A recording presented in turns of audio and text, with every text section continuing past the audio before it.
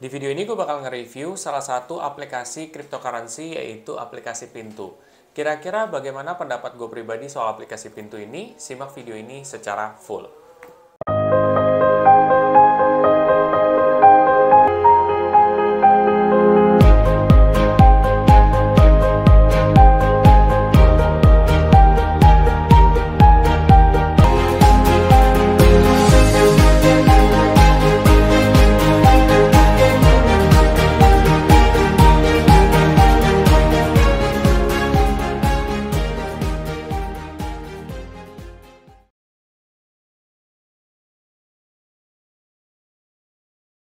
Sebelum masuk lebih dalam, gue akan coba disclaimer dulu kalian. Satu, keputusan investasi ada di diri kita masing-masing.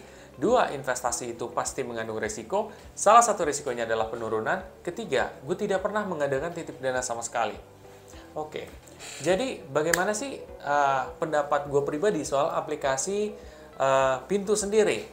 Nah, aplikasi Pintu ini sendiri, gue juga sudah cukup lama ya invest di sini juga. Dan gue bisa berbagi sedikit pendapat atau opini gue soal ini juga. Nah, pertama-tama gue biasanya akan mereview dari pertama ya, di Play Store. Ya. Di Play Store sendiri, dia secara review sekarang itu 4,2. Artinya sebenarnya secara 4,2 ini udah bagus. Cuman masih bisa diimprove lagi, karena yang menurut gue sangat bagus itu di atas 4,5. Ya, satu. Kedua, dari number of downloads itu sudah besar, itu sekitar 1M atau 1 juta. Artinya sudah banyak orang yang mendownload aplikasi ini. Challenge-nya adalah ketika orang sudah banyak mendownload aplikasi ini, yaitu mempertahankan dari reviewnya. Karena semakin besar jumlah orang yang download, maka akan semakin besar pula orang yang bisa mengkritik aplikasi ini. Dan kalau misalkan ternyata aplikasi ini bisa 45 atau 4,5 ke atas, itu udah sangat bagus. Nah, sekarang masih cukup bagus, belum yang sangat bagus, guys. Mungkin itu bisa ditingkatin lagi. Yang pertama. Yang kedua, gue akan menilai dari segi tampilan. Nah, tampilannya seperti apa sih? Tampilannya itu menurut pendapat gue cukup sederhana dan cukup menarik. Kenapa? Karena salah satu yang menjadi poin penting gue pribadi untuk gue lihat itu adalah dari simpelnya. Nah, di aplikasi ini cukup simple. Ya, cukup simple, lebih enak juga. Kenapa lebih enak? Karena mungkin menurut gue, di aplikasi ini tuh tidak hanya menawarkan kayak gue ngejual banyak koin di sini. Atau gue aplikasi ini yang koinnya banyak. Nggak gitu. Gitu. Gue melihat ada yang aplikasi seperti itu juga, dan itu sah-sah aja. Di sini tuh nggak hanya itu, tapi simpelnya, tampilannya menurut gue cukup oke dan gue nggak ngeboringin. Itu satu hal yang penting sih untuk dilihat untuk investor pemula, terutama gue pribadi, karena itu bisa memicu kita untuk invest secara konsisten, number one. Ya. Lalu selanjutnya yang gue pikirkan lagi selain daripada tampilan, yang ketiga itu lebih ke fitur. Nah, fitur sendiri untuk aplikasi cryptocurrency, dia punya fitur earn. Jadi fitur earn ini adalah dimana kalian bisa dapat bunga, kalau nggak salah itu per jam ya. Dan kalau misalkan per jam kalian dapat bunga. Tapi perlu diingat guys, berdasarkan yang gue tahu, itu bunganya juga kecil banget. Jadi jangan kalian kena clickbait bahwa, nih bunganya bakal gede banget. Enggak guys, karena bunganya pasti kecil banget gitu. Seperti itu, jadi jangan mengharapkan keuntungan singkat dalam jangka waktu yang singkat sih, keuntungan besar dalam jangka waktu singkat.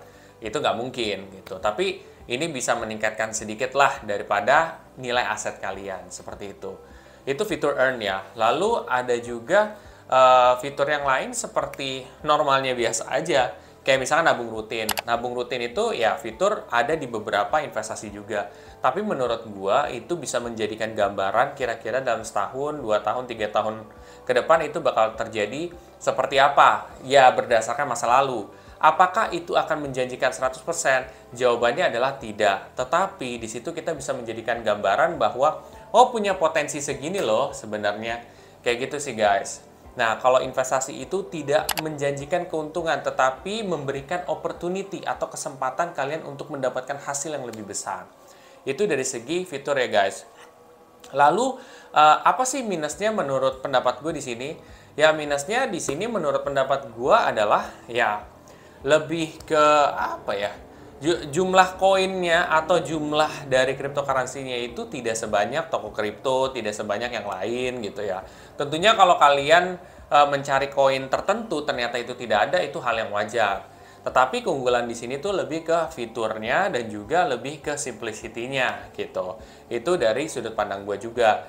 Nah, satu lagi hal penting yang mesti kalian tahu, pintu ini sendiri sudah terdaftar dan diawasi oleh lembaga yaitu Bapepti. Nah, Bapepti itu lembaga yang mengawasi komoditas.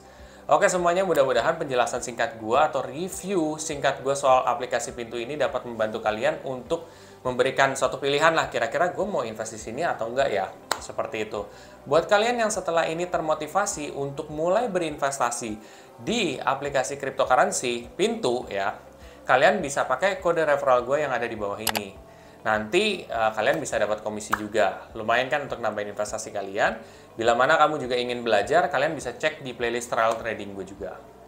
Oke semuanya, bila mana kamu setelah ini termotivasi untuk men-share konten ini, kalian bisa share aja video ini ke teman-teman kalian. Dan jangan lupa untuk subscribe, like, dan komen di video gue. Sampai jumpa di video gue selanjutnya. Terima kasih.